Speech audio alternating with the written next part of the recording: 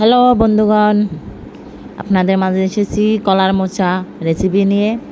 মোচাটা কিভাবে প্রস্তুত করতে হবে বা এটা পরিষ্কার করতে হবে সেই বিষয়ে আপনাদের দেখাচ্ছি। ঠিক কীভাবে কেটে নিতে পারেন বা হাত দিয়ে ছাড়িয়ে নিতে পারেন। তারপর এই কলার ফুলটা এভাবে ধরে ধরে টেনে টেনে এই শক্ত জিনিসটা তুলে ফেলবেন। আর এই যে সাদা কাগজের মতন যেটা, এটাকে ছিঁড়ে ফেলবেন। এভাবে করে যতটা সম্ভব সব ফুলের এই শক্ত জিনিসটা আর এটা ফেলে দিবেন। এরকম করে সবগুলো বেছে নেবেন।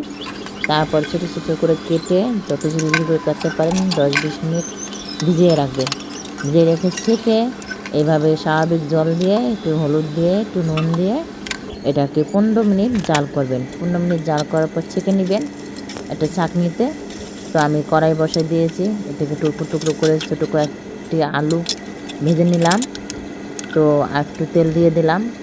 তেলে আমি তেজপাতা জিরা সম্বর দিলাম, সাথে কয়েকটা পেঁয়াজ দেওয়ার পর আদা হলুদ মিলিয়ে কষিয়ে নিলাম। তারপরে ভিতরে দিয়ে দিলাম টমেটো, জল, একটু নুন, চিংড়ি মাছ, একটু মরিচের গুঁড়া দিয়ে কষিয়ে আমি মোচাটা দিয়ে দিলাম।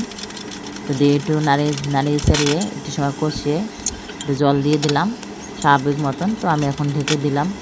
দেখেন আমার মোচা তরকারি রেডি।